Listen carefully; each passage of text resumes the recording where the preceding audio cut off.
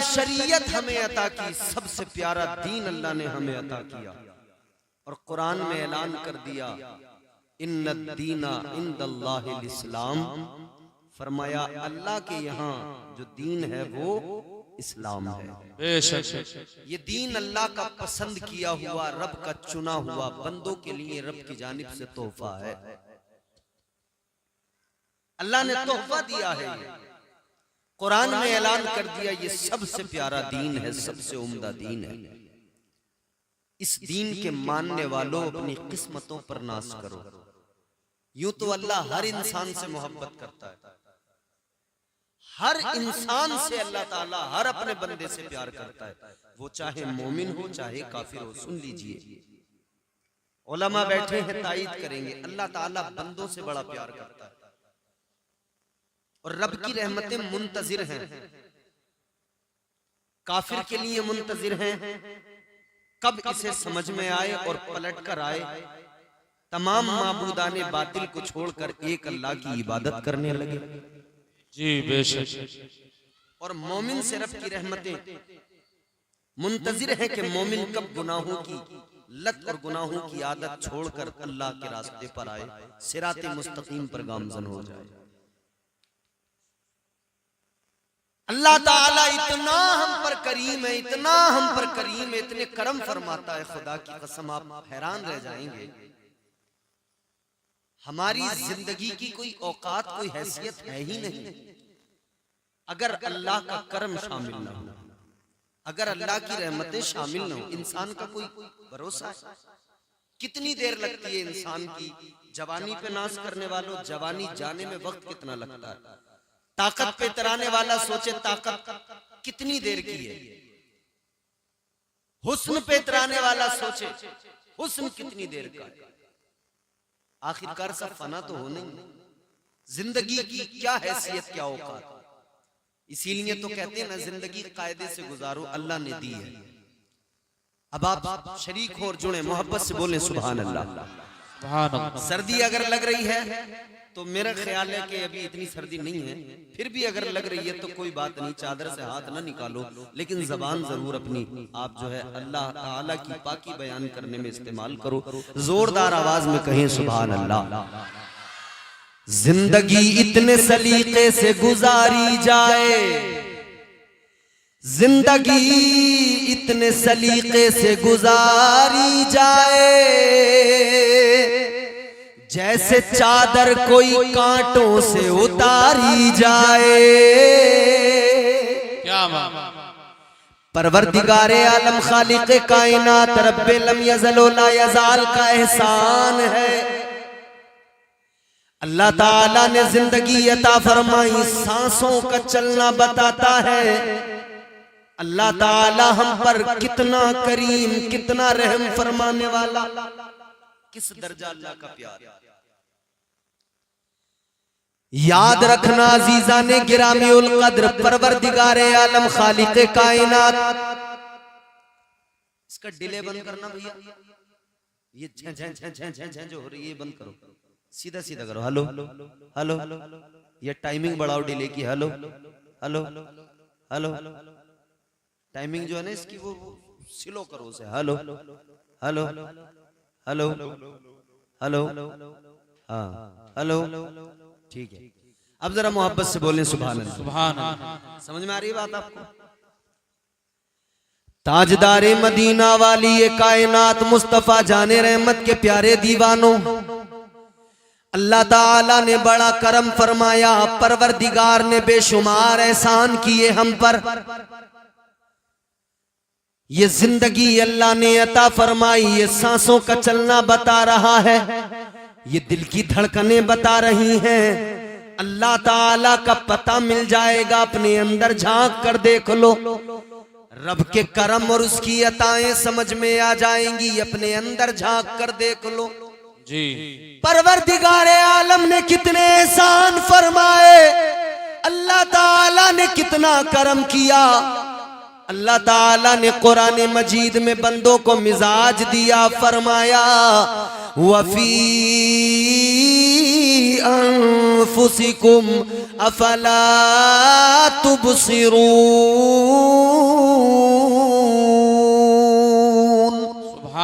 कुरान कहता है अपने अंदर जरा झांक कर देख ले, अपने आप में जरा गौर करके देख ले।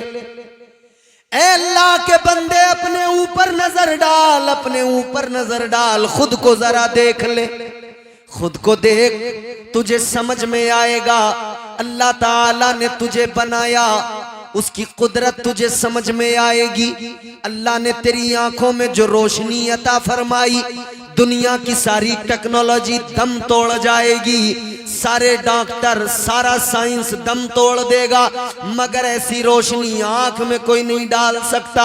अल्लाह ताला ने जो ताकत तेरे हाथ को अता फरमाई, अल्लाह ताला ने जो हाथ को घुमाने की सलाहियत तुझे दी है, कोई चाहे जितने रोबोट बना ले, मगर ये सलाहियत ये ताकत कोई नहीं डाल सकता है।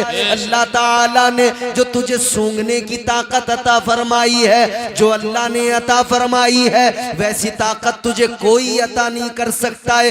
याद रखना इंसान अल्लाह ताला ने जैसा बना दिया ये फकत उसका बनाना है, कायनात सारी मिलकर कोशिश कर ले, कोई दूसरा ऐसा बना नहीं सकते हैं। जी क्या बात, क्या बात। मजा नहीं आ रहा माइक में आपके न जाने क्यों, शायद या तो मैं माइकों पर नहीं बोलता, ऐसा भी हो सकता है, मुझे तजुर्बा ना हो माइकों का। जोर से बोलें सुभान अल्लाह, सुभान अल्लाह। अजीजाने गिरामीउल कद्र वो हमारा परवरदिगार है, वो खालिक कायनात, उसकी शान क्या सुनो। मैं आपको कुरान सुनाऊंगा, अल्लाह का फरमान सुनाऊंगा, मुस्तफा की हदीस से सुनाऊंगा, बस आप थोड़ा सा इत्मीनान से सुनते रहे। परवरदिगार आलम खालिक कायनात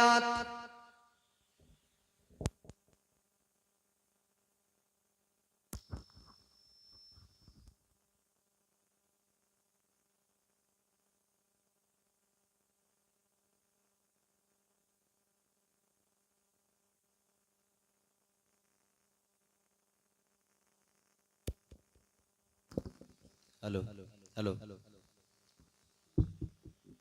अल्लाह फजल फरमाए। परवरदिगार इनके माइक में अब जो लगा है इसमें भी, पहले वाले में भी अल्लाह बरकतें अता फरमाए। अब जरा जोर से कह दें सुभान अल्लाह। अल्लाह की शान पहले जरा सी आपको मैं बताऊं, फिर अपने उन्वान पर आपको लेकर चलूंगा। आज अल्लाह ताला ने हमें जमीन दी, घर दिया, मकान दिया, जो कुछ मिला अल्लाह ने अता किया।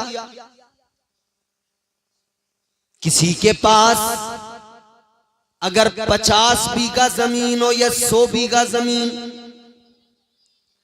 वो उसको एक ज़ौम होता है कि मेरे पास बड़ी मिल्कियत है।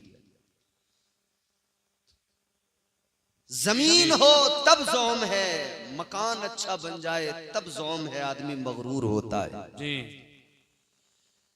अल्लाह ताला ने जमीन अता की, घर मकान अता किया, परवरदिगार ने कारोबार अता किया, आदमी को ज़ौम हो गया, इंसान मगरूर हो गया, कहने लगा मुझे बड़ी मिल्कियत मेरे पास है, बड़ी दौलत मेरे पास है, मैं बड़ी मिल्कियत का मालिक हूं। मगर सुनो अजीजो, असल मिल्कियत का मालिक तो परवरदिगार है। कुरान मजीद में अल्लाह ने ऐलान फरमाया, तबारकल्लज़ी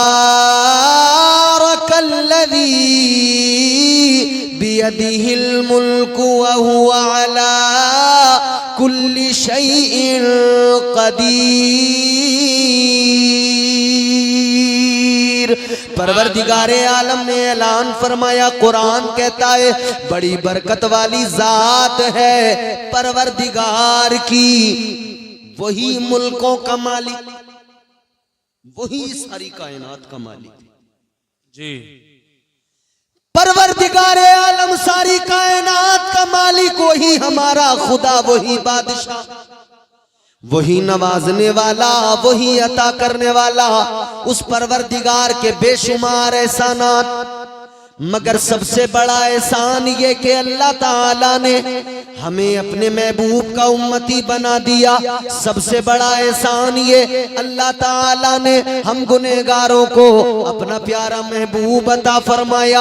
अल्लाह अकबर, गौर कीजिए अजीजों, वो प्यारा महबूब अल्लाह ने अता फरमाया कि जिन्होंने सारी रातें अपनी रोते रोते उम्मत के गम में गुजार दी। अल्लाह अकबर कबीरा।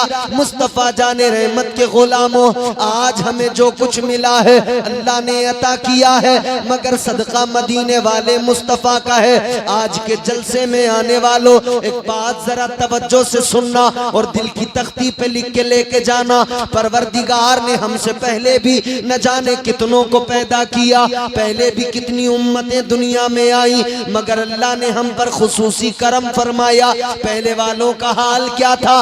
अगर वो गुनाह किया करते थे अल्लाह ताला का अजाब आ जाता था, अगर वो नाफरमानियां किया करते थे रब का अजाब आ जाता था। याद रखो अजीजों, एक उम्मत ने गुनाह किया, अल्लाह ताला की नाफरमानी की, अजाब आ गया, अल्लाह ताला ने उनको बंदर बना दिया। एक नाफरमानी की, अल्लाह ने उनको बंदर बना दिया। अभी बंदर आया, आप देखकर हंसने लगे, आप देखकर उसी में लग गए, मगर सुनो सुनो, एक उम्मत ने एक नाफरमानी की, अल्लाह ताला ने बंदर बना दिया। किस लिए? नाफरमानी की वजह से। किस लिए? बेशक नाफरमानी की वजह से। आज की रात जब जलसा मुकम्मल हो जाए, आप अपने घर जाएं, घर पे जाना, आईना उठाना, अपना चेहरा देखना और चेहरा देखकर अल्लाह का शुक्र अदा करना। अल्लाह की बारगाह में कहना, मौला तेरा बड़ा करम है, उन्होंने एक नाफरमानी की, तूने उनको बंदर बना दिया। मैं तो रात दिन नाफरमानी करता हूं, सुबह से लेकर रात तक नाफरमानियां। ऐ मेरे परवरदिगार, इतनी नाफरमानियों के बावजूद भी तूने मुझे बंदर नहीं बनाया। मैं सुबह बिस्तर से उठता हूं, नाफरमानी करता हूं, दिन भर मैं झूठ भी बोलता हूं, गीबत भी करता हूं, चुगलियां भी करता हूं, मगर तूने मुझे बंदर नहीं बनाया। इतनी नाफरमानियों के बावजूद भी अल्लाह ने बंदर नहीं बनाया, चेहरा नहीं बिगाड़ा, अल्लाह ने चेहरे मस्ख नहीं किए। अल्लाह का शुक्र अदा करना, मौला तेरा बड़ा करम है। या अल्लाह, इतनी नाफरमानियों के बावजूद भी मेरा चेहरा सलामत है। और एक बात और याद रखना, अल्लाह ताला का शुक्र अदा करना और इसको अपना कमाल न समझ लेना, अपनी इबादतों का कमाल न समझ लेना। ये न समझ लेना कि मेरे सजदों ने मुझे बचाया है, ये न समझ लेना कि मेरी इबादतों ने मुझे बचाया है। याद रखना, अगर आजाब नहीं आता तो ये हमारे आपके सजदों का कमाल नहीं है, ये मदीने वाले मुस्तफा का कमाल है। नारे तकबीर, नारे रिसालत, मसलके आला हजरत, उलमा अहले सुन्नत जिंदाबाद जिंदाबाद, सुभान अल्लाह। ये हमारे सजदों का कमाल नहीं, मुस्तफा का कमाल है। ये मुस्तफा का सदका है जो अल्लाह का अजाब नहीं आता। इस्लाम के मानने वालों, आज हम सारी दुनिया को कहते तो हैं, बताते तो हैं, फख्र के साथ हाथ उठा के हम कहते तो हैं, इस्लाम सबसे अच्छा मजहब, इस्लाम सबसे प्यारा मजहब। लेकिन जब अमल की बात आए तो हमारा हाल ये, हम इस मजहब मुहज्जब के उसूलों ज़वाबित को अपनाने को तैयार नहीं, इस्लाम के उसूलों पर अमल करने को तैयार नहीं।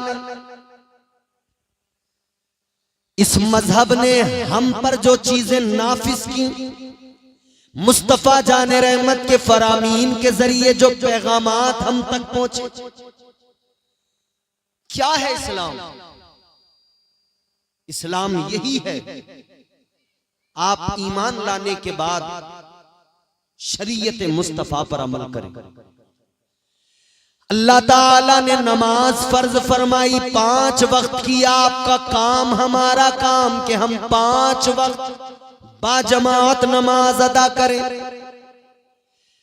अल्लाह ताला ने प्यारे मुस्तफा ताजदारे मदीना के जरिए जो अहकामात हम तक पहुंचाए, हमारी जिम्मेदारी हम अमल करें।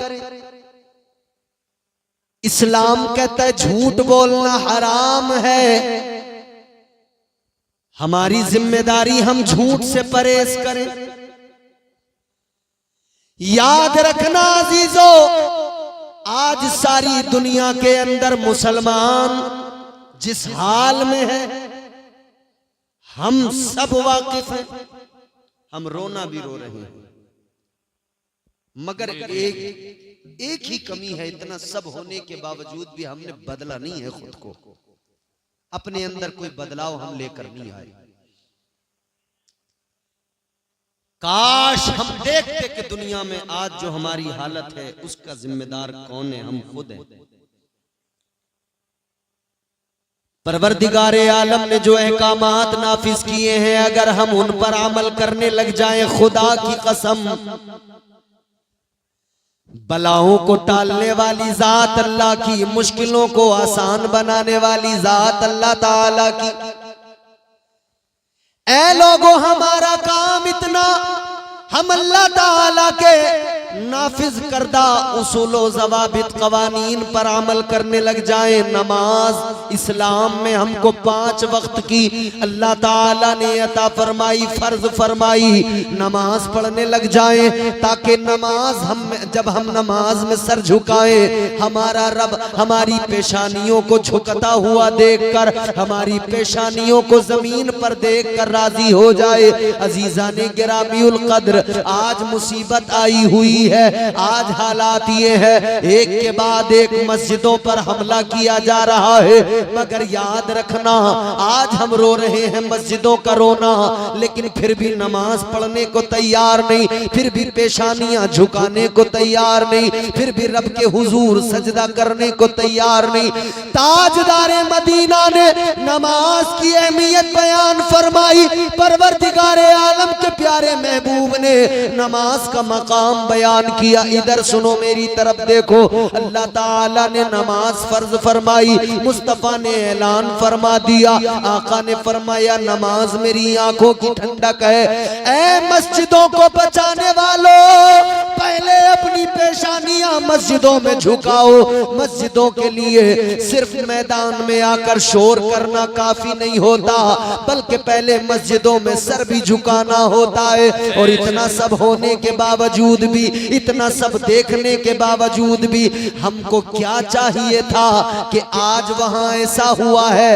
चलो हम तो खुद को बदले, हम तो अपने गांव की मस्जिदों को आबाद करें, हम तो 5 वक्त की नमाजें पढ़ने लग जाएं।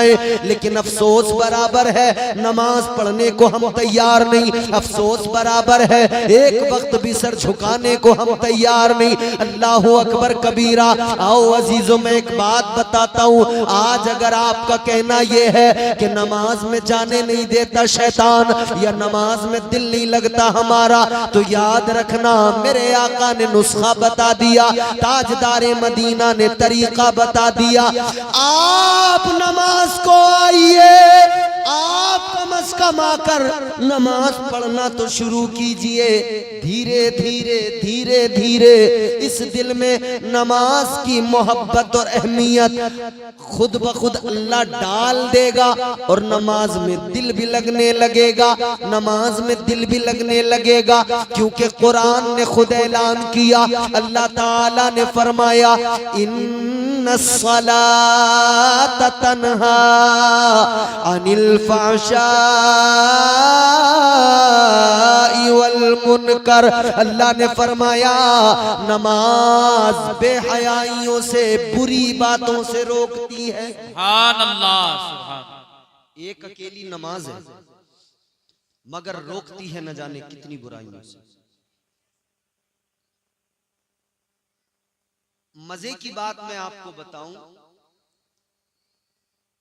नमाज बेहयाइयों से, बुराइयों से रोकती है, मगर जितना आदमी का नमाज में दिल नहीं लगता ना, उससे कहीं ज्यादा नमाज की बात सुनने में दिल नहीं लगता। ये भी एक सच्चाई है। जी जी जी। नमाज की बात भी सुनना आदमी को गवारा नहीं है। जलसों में तो ये सोच रहे हैं लोग कि बस बाहर से मौलाना आए और एक रात में तमाम गांव को जन्नती बना के चले जाए। मौलाना के बाप की जन्नत नहीं है, अल्लाह पाक की जन्नत है।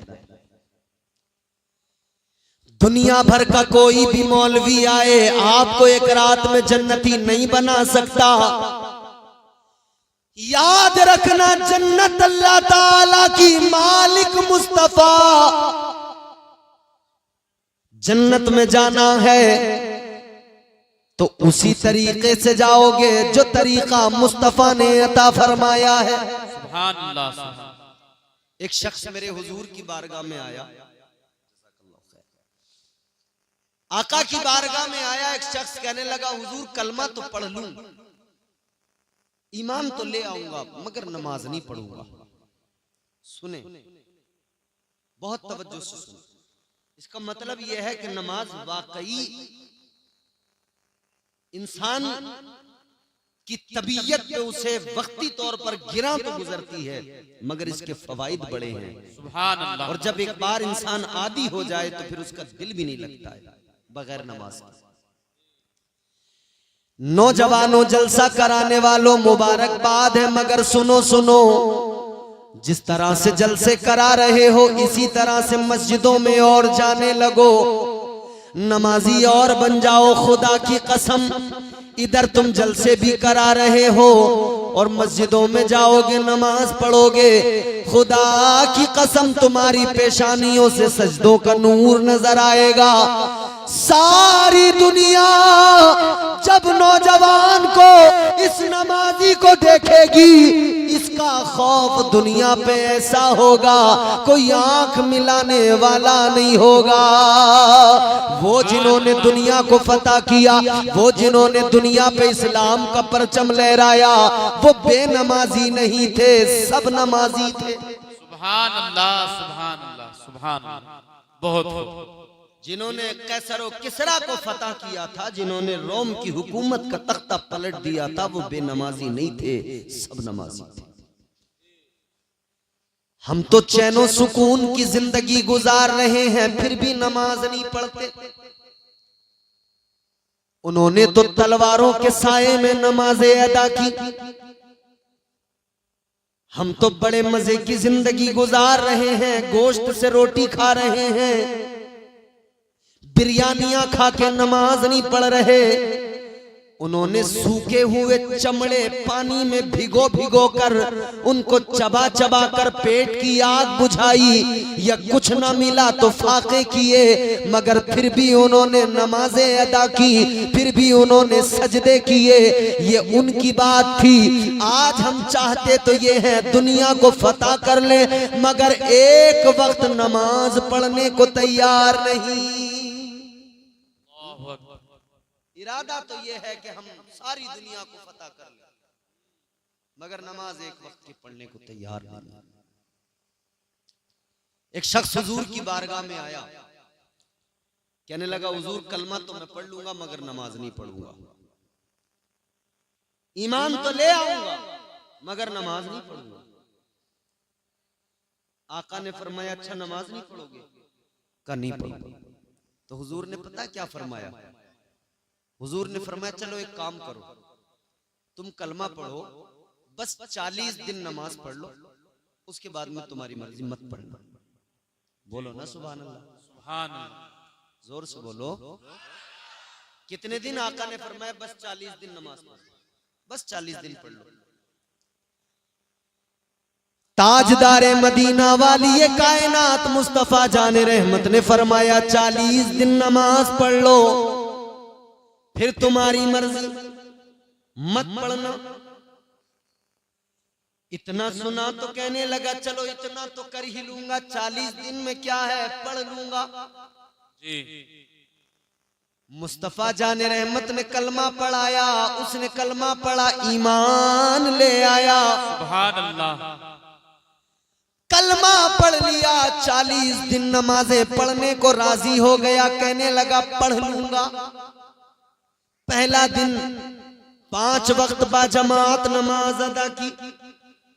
नबी के सहाबा से कहने लगा देखो तुम्हें सारी जिंदगी पढ़ना है, मुझे बस 40 दिन। कहते आज पहला दिन है, आज के बाद में 39 दिन रह जाएंगे। दूसरा दिन आया, इसने नमाजें पढ़ी, कहता है अब 38 दिन रह गए। दिन गिनता रहा, नमाजें पढ़ता रहा, दिन गिनता रहा, नमाजें पढ़ता रहा। जब वक्त गुजरता गया, वक्त गुजरता गया, दिन कम होते गए। जब 39 दिन होने को आए, सबसे कह रहा था अब बस देखो मेरी छुट्टी होने वाली है, तुम पढ़ते रहना सारी जिंदगी भर नमाजें, मेरा काम खत्म, 40 दिन हो जाएंगे, छुट्टी। आखिरी दिन आ गया, 40वां दिन। नमाज पढ़ने आया मस्जिद के अंदर। आखिरी दिन आया, फजर पढ़ी, जोहर पढ़ी, मगरिब, ईशा। जब ईशा की नमाज पढ़ने आया, आखिरी नमाज, इसे लग रहा था ये मेरी आखिरी नमाज है। नमाज ईशा अदा की। नमाज ईशा पढ़ने के बाद में घर जाने लगा, सबसे मुलाकात करता है। साहबा से कहता है चलो अब तुम पढ़ते रहना, हमारा हो गया काम। मगर मेरे अजीजों, जब नमाज पढ़ के ये चला गया, सारे साहबा चले गए। दिन आ गया 41वां, फजर का वक्त हुआ। फजर का वक्त हुआ, नमाजी जब मस्जिद की तरफ आए, मेरे मुस्तफा के सहाबा जब मस्जिद की तरफ आए, ताजदारे मदीना के सहाबा ने देखा जो आदमी रात कह रहा था मेरी छुट्टी, कल से नहीं पढ़ूंगा, आज फजर की नमाज में सबसे पहले आके मस्जिद में बैठ गया। नारे तकबीर, नारे रिसालत, इस्लाहे मुअशरा कॉन्फ्रेंस जिंदाबाद, सुभान अल्लाह। 41वें दिन सबसे पहले मस्जिद में आ गए। वाह वाह। साहबा ने आकर देखा ये तो मना कर रहा था, अब नमाज नहीं पढ़ूंगा, मस्जिद में कैसे आया।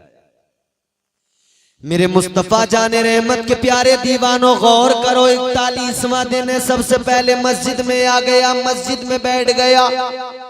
नमाज के लिए जब सबसे पहले आया, देखा तो साहबा ने मालूम किया तू तो रात तक कहता था अब नमाज नहीं पढ़ूंगा, रात तक कहता था सुबह से मेरी छुट्टी, क्या हुआ जो तू नमाज पढ़ने मस्जिद में सुबह सुबह चला आया, सबसे पहले फजर की नमाज में आ गया। कहने लगा रात तक तो मैं भी यही सोच रहा था, अब मुझे नमाज पढ़ने की जरूरत नहीं है, अब मेरा काम हो गया, वादे के मुताबिक 40 दिन मैंने नमाज पढ़ ली, अब मुझे नमाज पढ़ने की जरूरत नहीं, अब मुझे सजदे करने की जरूरत नहीं, अब मुझे बंदगी की जरूरत नहीं। कहने लगा मगर जब मैं रात जाकर बिस्तर पे सोया, जब मैं रात जाकर बिस्तर पे लेटा, कहता है मुझे सारी रात नींद नहीं आई, करवटें बदलता रहा, मेरे दिल में एक हलचल सी पैदा हो गई। मेरा दिल मुझसे कहने लगा तू नमाज पढ़ने नहीं जाएगा,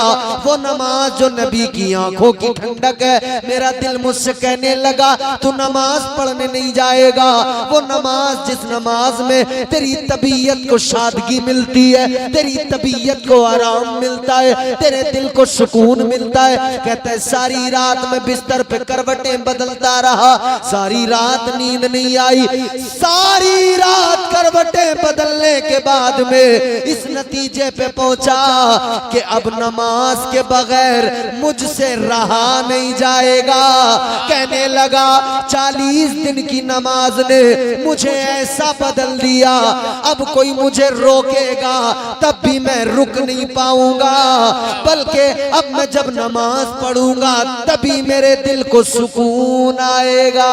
सुभान अल्लाह, सुभान अल्लाह, बहुत खूब। कहता है अब अगर नमाज नहीं पढ़ूंगा तो मेरे दिल को करार ही नहीं मिलेगा, सुकून ही नहीं मिलेगा। ये नमाज वो है कि बंदा पढ़ने तो लगे, दिल खुद ब खुद लग जाता है। एक अल्लाह वाले थे, एक बुजुर्ग थे, उनकी बारगाह में एक शख्स आया, कहने लगा हुजूर नमाज में दिल नहीं लगता। आप लोगों का लगता है दिल? ये बड़ा खतरनाक सवाल है।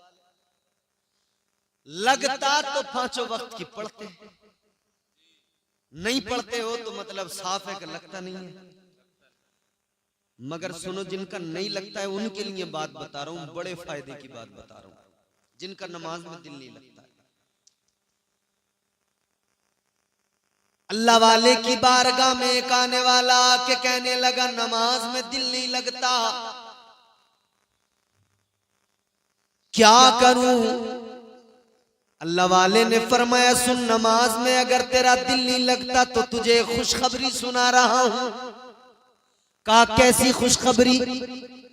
अल्लाह वाले ने फरमाया खुशखबरी ये है, अगर तेरा नमाज में दिल नहीं लगता है तो तुझे डबल सवाब मिलेगा, तू बस नमाज पढ़ता रहे। सुभान अल्लाह।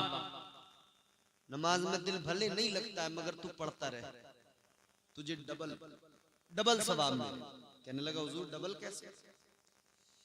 फरमाने लगे डबल इसलिए मिलेगा, एक तो ये कि तेरा दिल नहीं लगता, तबीयत नहीं लगती, फिर भी पढ़ रहा है तो शैतान के वसवसों से, शैतान के मक्र से बच कर आ रहा है, खुद को जबरदस्ती नमाज के लिए ला रहा है। इस जबरदस्ती आने और लाने पर, दिल ना लगने के बावजूद नमाज पढ़ने पर, एक तो इस पर तुझे सवाब मिलेगा और दूसरा नमाज पढ़ने पर अल्लाह तुझे सवाब अता करेगा।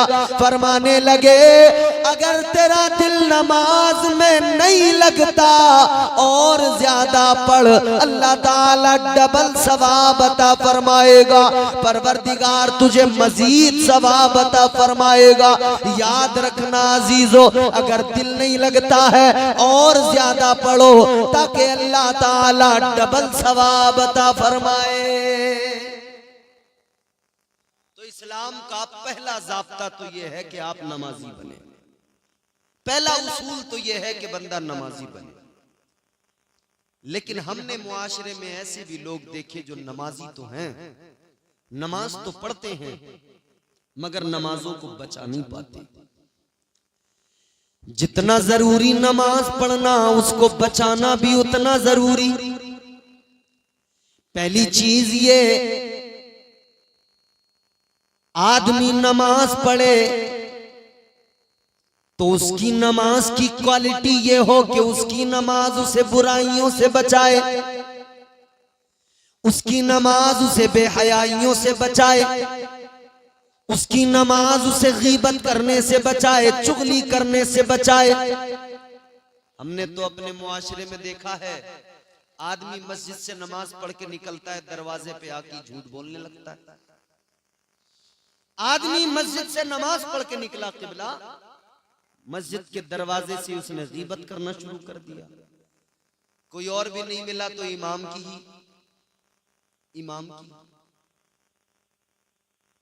याद रखना, नमाज पढ़ना फर्ज है, नमाज को बचाना भी जरूरी। नहीं बचा सके तो क्या,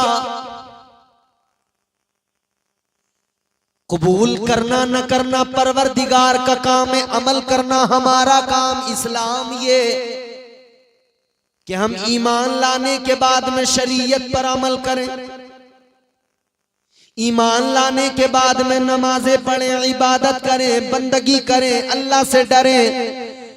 अगर ज़कात फर्ज है तो ज़कात दें, अगर इस्तिताअत रखते हैं तो हज अगर फर्ज है हज करने जाएं। नमाज, रोजा, हज, ज़कात ये फराइज है। इस्लाम को मानने वालों, इस्लाम पर अमल करने वालों, इस्लाम के उसूलों ज़वाबित ये हैं। लेकिन हमने कितने लोग ऐसे भी देखे कि वो नमाज भी पढ़ रहे हैं, रोजे भी रख रहे हैं, हज भी करके आए हैं, मगर हज करने के बावजूद भी झूठ बराबर है, नमाज पढ़ने के बावजूद भी झूठ बराबर है। तमाम नेक अमाल करने के बावजूद भी गीबत कर रहे हैं, चुगलियां कर रहे हैं। जानते हो इस सब का असल रीजन क्या है? वजह यह है मेरे अजीजों, आज हमारे अमाल में दिखावा है, रियाकारी है, खुलूस नहीं है। इबादतों में खुलूस होना चाहिए, दिखावा ना हो, रियाकारी ना हो। खुलूस अपनी अमल में शामिल करो, खुलूस अपने अमल में पैदा करो। खुलूस ना हो तो अमल किसी काम का नहीं, खुलूस ना हो तो अमल का कोई फायदा नहीं। अल्लाह अकबर कबीरा, गौर फरमाइए। ये इस्लाम है, ये प्यारा इस्लाम जो बंदे को हर तरह से संवारता है, हर तरह से आरास्ता करता है। पैदा होने से लेकर कब्र की आगोश में जाने तक इस्लाम तमाम जिंदगी का सलीका सिखाता है। इस्लाम तमाम जिंदगी गुजारने का ढंग अता फरमाता है। जब बच्चा पैदा हो आपको करना क्या है ये भी इस्लाम बता रहा है। जब बच्चा आपका बड़ा हो उसकी तरबियत कैसे करना है ये भी इस्लाम सिखाता है। जब आपका बच्चा जवान हो जाए तब वो जिंदगी कैसे गुजारे ये भी इस्लाम सिखाता है। और जब बुढ़ापा आ जाए तो बूढ़े के साथ में फिर उसकी औलाद को क्या करना है और औलाद के साथ में इस बुजुर्ग को कैसे रहना है ये भी इस्लाम सिखाता है। फिर इस्लाम ये भी सिखाता है कि जब बंदा कब्र में जाए तो कब्र में कैसे उतारना है, कब्र में उतारने का तरीका क्या है, कब्र में रखने के बाद की मंजिलें क्या है, आगे मुनकर नकीर आएंगे, आगे के मामलात क्या है, सब कुछ मेरे आका ने बयान फरमा दिया। सब कुछ मेरे आका ने उम्मत को सिखा दिया। ताजदारे मदीना ने सब कुछ बता दिया, सब कुछ सिखा दिया। मगर अजीजों आज हमारी हालत ये, सब कुछ जानने के बावजूद, सब कुछ समझने के बावजूद भी हमारी हालत ये बेअमल बने हुए हैं। आज अगर दुनिया के अंदर अपने मजहब के नाम लेने के बाद में सबसे बड़ी मजहब से दूरी बनाई हुई कौम अगर कोई नजर आती है तो वो मुसलमान नजर आता है। मुसलमान मजहब का नाम तो बराबर लेगा मगर मजहब से बिल्कुल दूर नजर आता है। ये मजहब से दूरी नहीं है तो क्या है कि आज हमारी हालत ये है। मजहब से दूरी नहीं तो क्या है कि ना हम शक्ल से पहचाने जाते हैं न लिबास से पहचाने जाते हैं। जबकि आपको इशारा करके तो लोग यहां तक कह देते हैं कि कपड़ों से पहचानो, मगर हमारे लोग, बड़ी अजीब बात है, हमें कल्चर जो है ना वो अमेरिका का पसंद आता है, यूरोप का पसंद आता है। हमें नसीहत के लिए तो इस्लाम और अमल के लिए हमें दूसरे कल्चर पसंद है। अमल के मामले में दूसरे कल्चर पसंद है।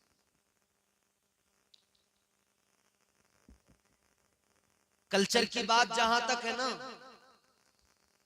अगर हमें मुस्तफा का दिया हुआ कल्चर पसंद आया होता तो हमारे चेहरों पे मुस्तफा की सुन्नत होती। अगर हमें कल्चर मुस्तफा का पसंद आया होता तो हमने अपनी तरबियत ऐसे, अपनी बच्चों की तरबियत ऐसे की होती जैसे मेरे मुस्तफा ने हसनैन करीमैन की तरबियत की। हमने अपने बच्चों की तरबियत कैसे की? हमारे बच्चे बिगड़ते गए, हम नजरअंदाज करते गए। हमारे बच्चे गालियां देते गए, हम नजरअंदाज करते गए। हमारे बच्चे रात दिन बेहयाइयों में मुलव्विस रहे, हम नजरअंदाज करते रहे। हमारी कौम की बेटियां बेपर्दा हुई, हमने अपनी आंखों को मूंद लिया। याद रखना, इकबाल ने कहा कि मोहम्मद से वफा तूने तो हम तेरे हैं, ये जहां चीज है क्या लोहो कलम तेरे हैं।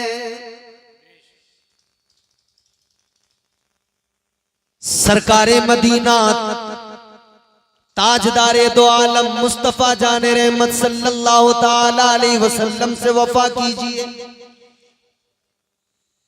मुस्तफा जाने रहमत से वफा करने का मतलब ये नहीं कि हम दाढ़ियां मुंडाएं फिर अपने आप को नबी का वफादार कहें, हम झूठ बोले फिर अपने आप को नबी का वफादार कहें, शराबे पिए फिर अपने आप को नबी का वफादार कहें, जुआ खेले फिर अपने आप को नबी का वफादार कहें, गालियां जबानों पर हो फिर अपने आप को नबी का वफादार कहें, और फिर हम कहते हैं हमारी दुआएं कबूल नहीं हो रही हैं, हमारे साथ बड़ी परेशानियां हैं, बड़ी दिक्कतें हैं, बड़े मसाइल हैं। आज हमारा शिकवा ये हमारी दुआएं कबूल नहीं हो रही हैं, शिकवा है ना। लेकिन ये देखा कि हमने अपनी जबान को गालियों से गंदा किया, हमने अपनी जबान को झूठ से गंदा किया, हमने अपनी जबान को चुगली और गीबत से गंदा किया। जबान को पाक कीजिए अपनी, झूठ गीबत चुगली बदकारियों से बचिए, फिर दुआ मांगिए, फिर देखिए अल्लाह ताला दुआ कबूल करता है या नहीं करता है। अच्छा, हम एक तरफ दुआ कर रहे हैं या अल्लाह कोई उमर जैसा आदिल भेज दे।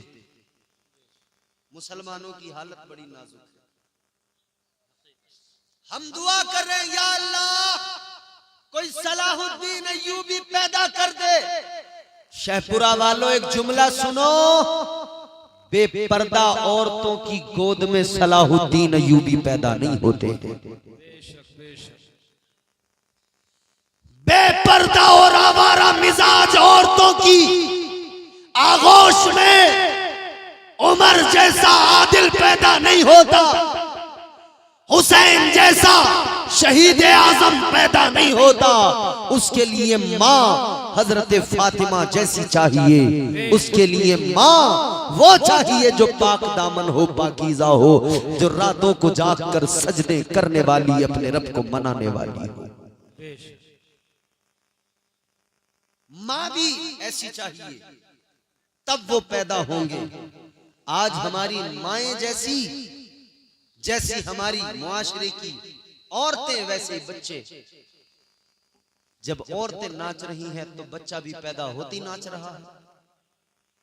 जब औरतों की जबान अच्छी नहीं, गालियां हैं जबान पर, तो पैदा होने के बाद जैसे उसने बोलना सीखा, सबसे पहले उसने भी साथ साथ ये सीखा। जहां अम्मा अब्बा ये चीज ये अल्फाज सीखे तो अम्मा अब्बा को गालियां देते सुना तो फिर उसने भी गालियां सीख ली। छोटे छोटे बच्चे क्या आपने देखा नहीं, इन्हें कहां से कहीं से कोई, आप बच्चे को कलमा नमाज सिखाएं, इमाम के पास भेजें, तब जाकर सीखता है। गालियां सिखाने के लिए आपने किसी ट्रेनिंग सेंटर में भेजा, किसी स्कूल में भेजा?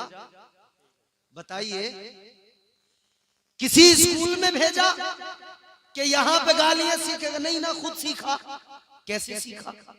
जब उसके सामने बार बार गालियां दी जा रही थी, वो खुद ब खुद सीख गया।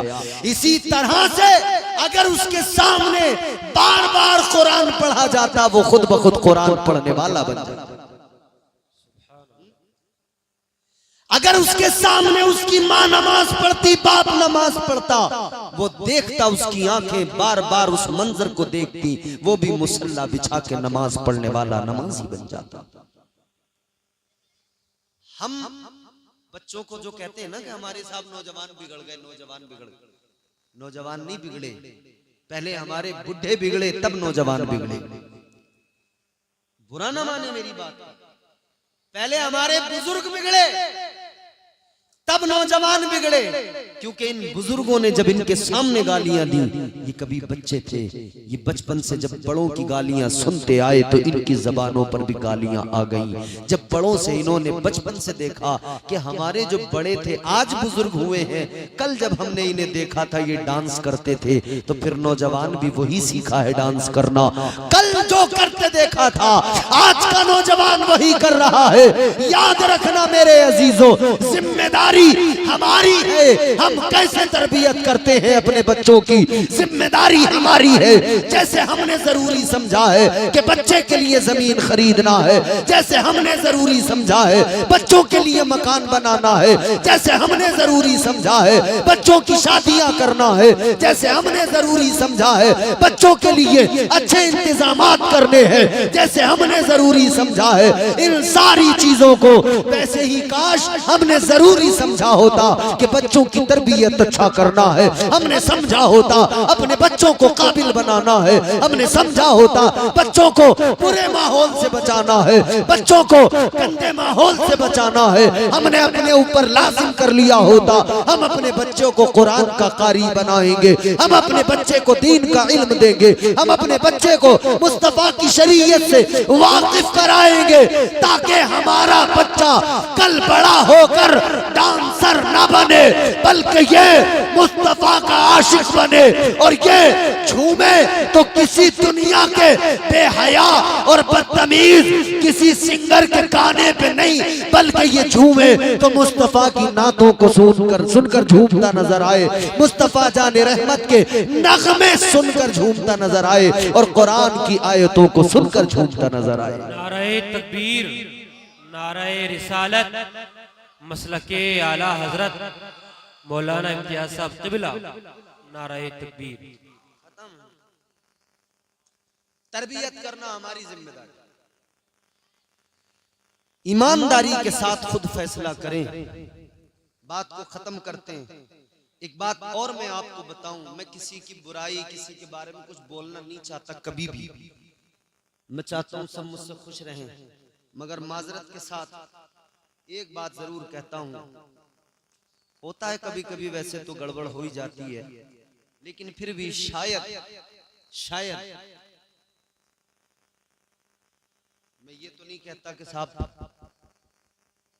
सब कुछ अच्छा ही है, मगर एक चीज जरूर आपकी मेरी मनपसंद नहीं थी, वो ये माइक था आपका, जिसने मुझे पूरे बोलने ही नहीं दिया। मैं आपकी माइक की बुराई नहीं कर रहा, मशीन अच्छी है, शायद कि आज की सेटिंग आपसे नहीं हो पाई हो, वल्लाहु आलम, लेकिन हाँ बोलने नहीं दिया माइक ने। जब मुझे खुद को सुन के अच्छा नहीं लग रहा तो मैं समझ सकता हूँ कि आपको भी सुन के ज्यादा कुछ खास लग नहीं रहा होगा, मुझे ऐसा लग रहा, बढ़िया लग रहा है, क्योंकि मैं रोज तकरीरें करता हूँ, मुझे खुद को सुन के भी लगता है कि हाँ मुझे समझ में आ रहा है। अभी जब मेरी बात मुझे समझ में ना आए तो तुम्हें कहां से समझ में आ सकती है। मगर खैर, अल्लाह ताला बेहतर फरमाए, इनके काम में बरकतें अता फरमाए, और कोशिश करें हमेशा कि खतीब के लिए जिस तरह का जो खतीब हो उसके लिए वैसा आप सेटिंग करें, तरन्नुम वाले खतीब के लिए उसके लिहाज से सेटिंग की जाए, और जो आम तौर पे बोलने वाले खतीब हैं उनके लिए उनके हिसाब से आप सेटिंग करें। बिल्कुल सादा बजा दे, खुश्क बजाने को मतलब नहीं, वो तो बोलते चले जाएंगे, लेकिन तरन्नुम में जैसे नात पढ़ने वाला नात के लिए तरन्नुम में उस आपसे माइक का मुतालबा करता है, वैसी तरन्नुम से बोलने वाले खतीब को भी जरा सा आपसे मुतालबा होता है कि माइक की खुश्की दूर हो। मगर खैर, अब मेरी आखिरी बात आप सुने, अल्लाह ताला फिर भी बड़ा करीम है। हम सब इतने गुनाहगार हैं, इतनी तमाम हमारे अंदर खराबियां हैं, हम शराबी भी हैं, हम जुआरी भी हैं, हम बदकारियों में भी हैं, हम कितनी बुराइयों में मुलव्विस हैं, मगर फिर भी अल्लाह ताला हम पर कितनी करम फरमाता है। वो नवाजने पे आए तो नवाज दे जमाना, वो नवाजने पे तो नवाज दे जमाना, वो करीम ही जो ठहरा तो करम का क्या ठिकाना। फिर भी परवरदिगार इतने करम फरमाता, इतना सब हमारे अंदर खराबियां, फिर भी अल्लाह ताला अजाब नाजिल नहीं फरमाता। इतनी सब खराबियां हमारे अंदर होने के बावजूद भी अल्लाह ताला के हम पर एहसान देखो, अल्लाह अकबर कबीरा। आखिरी बात आपको बताता हूँ, अल्लाह का करम देख लो, अल्लाह की अताएं देख लो, अल्लाह ताला कितना बड़ा करीम है, कितना बड़ा फजल फरमाने वाला है। कल मैदान महशर का मंजर आप निगाहों के सामने रखिए, नफसी नफसी का आलम है, परवरदिगार की रहमतें बंदे को बख्शने के लिए मुंतज़िर मुंतजिर हैं, बहाने तलाश कर रही हैं। अल्लाह अकबर कबीरा। कल मैदान महशर में एक इंसान होगा, परवरदिगार आलम की अदालत में खड़ा होगा, अल्लाह की बारगाह में, अल्लाह की अदालत में खड़ा होगा। परवरदिगार आलम की बारगाह में जब उसके आमाल का वजन किया जाएगा, अल्लाह ताला की अदालत में जब आमाल तोले जाएंगे, आमाल उसके इतने नेकियां और गुनाह, एक पल्ले में नेकियां एक में गुनाह, जब वजन किया जाएगा तो इतने कि एक नेकी की बस जरूरत पड़ेगी, एक नेकी कम पड़ जाएगी फकत जन्नत में जाने के लिए। एक नेकी की जरूरत पड़ेगी बस जन्नत में जाने के लिए। दोनों पल्ले बराबर हैं, एक नेकी आ जाए काम बन जाए, एक नेकी मिल जाए परवाने जन्नत मिल जाए। जल्दी सुनो, ये परेशान होगा, सोचेगा एक नेकी कम पड़ गई, काश मैंने कोई एक अमल ऐसा कर लिया होता दुनिया में कि ये एक नेकी की कमी भी पूरी हो जाती और मैं जन्नत का हकदार बन जाता। एक नेकी कम पड़ गई, क्या करूं? अल्लाह ताला की अदालत में अल्लाह ताला ने फरमाया, तुझ पे मैंने बड़े करम फरमाए, बहुत फजल फरमाया, मगर सुन ले, आज एक नेकी तुझे कम पड़ गई तो तेरा रब तुझे एक मौका दे रहा है। मैदान महशर में भी अल्लाह ताला ने एक मौका दिया, फरमाया जा एक नेकी किसी से मांग ले, एक नेकी किसी से ले आ, तू एक नेकी लाएगा तेरा रब तुझे जन्नती बना देगा। इसने सोचा कहां जाऊं, किधर जाऊं, किससे नेकी मांगूं? इसके दिमाग में ख्याल आया, सोचने लगा एक जात ऐसी है जिसने मुझे बहुत प्यार किया, एक जात ऐसी है जिसने मुझे बड़ी मोहब्बतों से नवाजा है हमेशा, जिसकी ममता की आगोश में मैं परवान चढ़ा। ख्याल आया वो मेरी माँ है, चलो अपनी माँ के पास जाऊं, माँ से जाकर एक नेकी मांगूं। मेरी माँ मुझसे बड़ी मोहब्बत करने वाली हस्ती, एक नेकी अगर मेरी माँ ने मुझे दे दी मेरा काम बन जाएगा, जन्नत में चला जाऊंगा। ताजदारे मदीना के गुलामों, ये माँ के पास आया, अपनी माँ से आके कहने लगा, मेरी माँ एक नेकी की जरूरत है, एक नेकी मुझे दे दे। माँ ने कहा, बेटा ये दुनिया नहीं है, ये महशर का मैदान है, यहाँ एक एक नेकी की अहमियत। माँ ने कहा, बेटा ये दुनिया नहीं है, तेरे लिए दुनिया में मैंने बहुत कुछ किया, इतना किया कि अपनी जिंदगी भूल गई तेरी जिंदगी बनाने की खातिर। खुद को मैंने फरामोश कर दिया तेरी परवरिश की खातिर। कहती है, बेटा उधर जो करना था सब कर दिया, इधर मुझसे कोई उम्मीद न लगा, वापस चला जा। इधर मुझे अपनी फिक्र लगी है, अपने बारे में सोच रही हूं, किसी तरह मेरी बख्शिश हो जाए, मेरा काम बन जाए। माँ ने इनकार किया, ये मायूस होकर आगे बढ़ा, सोचा किधर जाऊं, तो ख्याल आया एक जात और है जिसने जवानी से बुढ़ापे तक फिक्र की है, तो मेरी फिक्र की है, सब कुछ किया है मेरे लिए। ख्याल आया मेरा बाप भी तो मुझसे बड़ा प्यार करता था, मेरे बाप ने उंगली पकड़ के चलना सिखाया था, मेरे बाप ने तालीम से मुझे आरास्ता किया था, मेरे बाप ने मेरे लिए प्रॉपर्टी बनाई थी, मेरे बाप ने मेरे लिए मकान बनाया था, मेरे बाप ने मेरे लिए जमीन खरीदी थी, मेरे बाप ने मेरे लिए अच्छी शादी मेरी करके मेरे लिए अच्छी बीवी का इंतजाम किया था, मेरे बाप ने सब कुछ किया था। चलो बाप के पास चलता हूँ, शायद मेरा काम बन जाए। अपने वालिद के पास मैदान में शरीय इंसान गया, जाकर कहने लगा अब्बा एक नेकी कम पड़ गई, आज एक काम मेरा कर दो, एक नेकी दे दो। आप मुझे एक नेकी दोगे, अल्लाह मुझे परवाने जन्नत अता फरमा देगा। इसने एक नेकी मांगी, मगर सुनो बाप ने भी इनकार कर दिया, जा चला जा, मुझे अपनी फिक्र है। माँ ने मना कर दिया, बाप ने मना कर दिया, भाई के पास गया उसने मना किया, बहन ने मना किया, रिश्तेदारों ने मना किया। कल किसी से ना सुनेंगे उससे पहले आज कुरान ने समझा दिया, कुरान पढ़कर समझ लो, अल्लाह ने आज मिजाज दे दिया, कल किसी से महशर में उम्मीद ना लगाना। कुरान क्या कहता है? अल्लाह ताला ने फरमाया यौम यफिरुल मरउ मिन अखीही व उम्मिही व अबीही व साहिबतिही व बनी। कुरान कहता है कोई उधर काम में ना आएगा, न तेरा माँ, न तेरी माँ, न बाप, न भाई, न बहन, न बीवी, न कोई रिश्तेदार, कुछ नहीं। अलगरज ये जब मायूस हुआ, किसी ने नेकी नहीं दी, तो इसको ख्याल आया कि शायद अब बात बनने वाली नहीं है।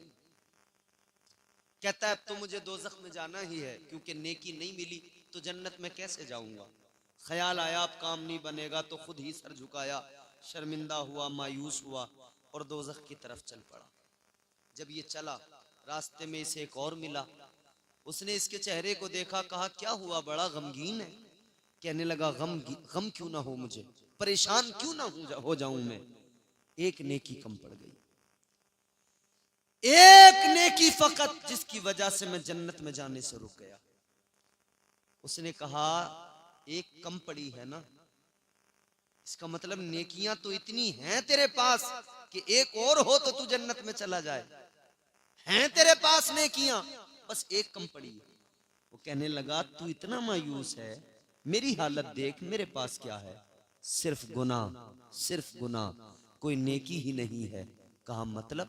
कहा बस एक नेकी मेरे पास है, तुझे एक कम है, मेरे पास ले दे के एक ही नेकी है।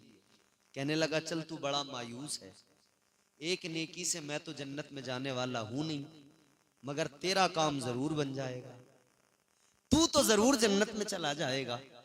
कहने लगा मेरा तो एक नेकी से काम नहीं बनने वाला, तू एक नेकी मेरी ले जा, जा तू मायूस ना हो, जन्नत में चला जा। ये बड़ा खुश हुआ, नेकी ली, अल्लाह की अदालत में आया, मीजान पर लाकर नेकी को रखा, नेकी रखी तो इसका पल्ला भारी हो गया। अल्लाह ने फरमाया तू नेकी ले आया, अब तुझे जन्नत का हकदार बनाया जा रहा है, जा जन्नत में चला जा। आखिरी जुमले सुनो और इसी पर आप इस जुमले को अपने दिल दिमाग में महफूज कर लो। रब की रहमतें बहाने तलाश करती हैं, मगर पहले जरा अपना मुहासबा कर लो।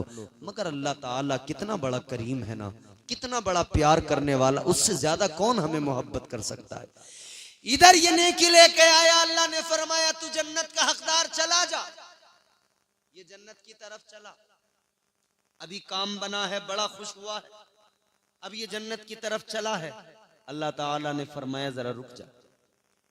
डर गया, घबरा गया, जैसे तैसे काम बना, जा रहा हूं जन्नत में। अल्लाह ताला ने फिर रोक लिया, पता नहीं क्या होगा।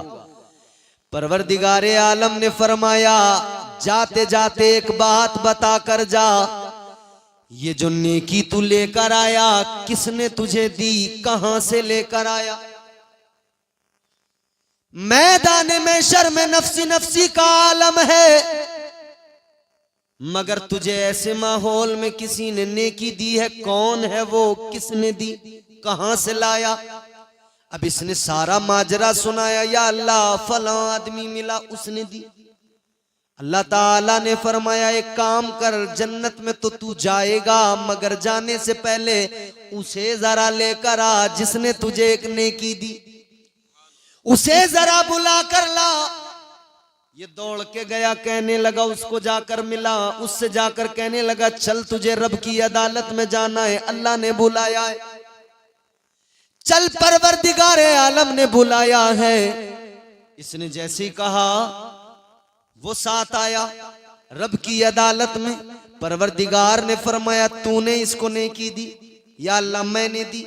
अल्लाह ताला ने फरमाया एक बात बता, मैदान महशर में कोई किसी के काम नहीं आ रहा है, सबको अपनी अपनी फिक्र लगी है, मगर तूने जो इसको नेकी दी वजह क्या, क्यों दी? कहने लगा या अल्लाह एक ही नेकी थी मेरे पास, मैंने सोचा मेरा तो कुछ नहीं होने वाला, चलो मेरी नेकी से यही जन्नत में चला जाए।